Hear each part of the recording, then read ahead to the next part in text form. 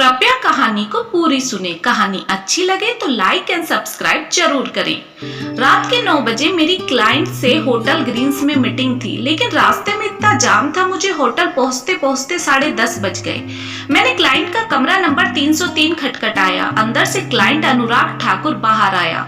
मैंने तो तुम्हें 9 बजे बुलाया था, इतना लेट कैसे हो गए? सर, रास्ते में बहुत जाम था, अभी बात कर लेते हैं। नहीं, अभी तो मैं किसी के साथ बिजी हूँ, कल बात करना। सर, कल संडे है, डील नहीं हो पाएगी, अभी कर लेते हैं बात। क्लाइंट थोड़ी देर चुप रहा, फिर कमरे के अंदर चला गया। 1 मिनट के बाद बाहर आया। ठीक है, अंदर आ जाओ, फाइल तैयार है, बस सिग्नेचर ही तो करनी है। जैसे ही मैं कमरे के अंदर पहुंचा, मैं सन्न रह गया। बिस्तर पर एक लड़की चादर से अपने नग्न बदन को छुपाने की कोशिश कर रही थी। मैंने ध्यान से देखा तो वो लड़की तो रितिका थी, जिस रितिका को मैं पिछले 2 साल से ढूंढ रहा था। आज वह मुझे इस हालत में मिली। मैं और रितिका चुपचाप एक दूसरे को देखते रहे। क्लाइंट ने फाइल मुझे दे दी। मैं क्लाइंट के साथ कमरे से बाहर आ गया। सर, ये आपकी गर्लफ्रेंड है? नहीं, मैं तो शादीशुदा हूँ, ये तो कॉल गर्ल है। एक रात के लिए मन बहलाने के लिए बुला ली। इतना सुनकर मानो मेरे पैर तले जमीन खिसक गई। रितिका, जिसे मैं इतना प्यार करता था, जिसके लिए मैंने मेरा परिवार छोड़ दिया, वो कॉल गर्ल बन गई। मैं होटल के बाहर बैठकर रितिका के बाहर आने का इंतजार करने लगा।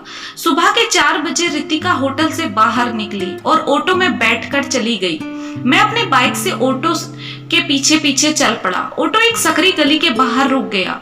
रितिका चुपचाप उस गली के अंदर चली गई। मैं रितिका के पीछे पीछे उसके घर तक पहुंच गया और फिर वापस अपने घर आ गया।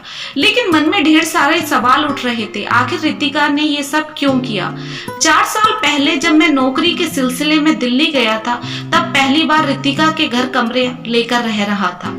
रितिका अपने माँ बाप की अकेली औलाद थी, लेकिन 12वीं क्लास में ही अपने क्लासमेट से भागकर शादी कर ली थी। शादी के 1 साल बाद रितिका का पति एक बीमारी के चलते चल बसा। उस समय रितिका पेट से थी। ससुराल वालों ने डायन कहकर घर से बाहर निकाल दिया। रितिका के मम्मी पापा ने रितिका को सहारा दिया।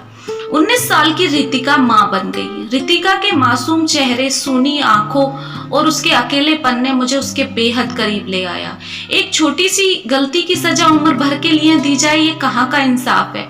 मैंने रितिका के मम्मी पापा से मेरी और रितिका की शादी की बात करी। उनकी खुशी का ठिकाना नहीं रहा, क्योंकि एक माँ बाप के लिए अपनी विधवा लड़की को देखना, इससे बड़ा बोझ और कुछ नहीं होता। शादी से पहले ही रितिका मेरी पत्नी बन गई, मन से भी और तन से भी। मैंने उसके साथ कितनी रातें गुजारी थी। तभी पूरे देश में कोरोना की लहर दौड़ गई और सब बंद हो गया। मैं गांव चला गया ताकि मेरी और रितिका की शादी के लिए अपनी मम्मी पापा को मना सकूं। मम्मी पापा ने एक विधवा को अपने घर की बहू बनाने से इनकार कर दिया, लेकिन मैं अपनी बात पर अडिग रहा और रितिका से शादी करने शहर वापस लौट आया। शहर आकर मुझे पता चला रितिका के मम्मी पापा की कोरोना में मौत हो गई और रितिका और उसका बेटा कोरोना से संक्रमित है, इसलिए किसी अस्पताल में भर्ती है। मैंने शहर के तमाम अस्पताल छान दिए, लेकिन रितिका का कहीं कुछ नहीं पता चला। मैं इंतजार करता रहा, रितिका कभी ना कभी वापस आएगी, लेकिन वो 2 साल तक वापस नहीं आई। तभी मेरे फोन की घंटी बजी और मैं अतीत से बाहर आ गया। मैंने फैसला किया, मैं रितिका के पास जाकर उससे अपने सवालों के जवाब मांगूंगा। अगले दिन मैं रितिका के घर गया, लेकिन वहां जाकर मेरे पास कोई सवाल बाकी ही नहीं बचा। रितिका के एक पड़ोसन ने मुझे बताया कि माँ बाप की मौत के बाद रितिका और उसके बेटे को कोरोना हो गया, जिसके चलते उन्हें अस्पताल में भर्ती कराया गया।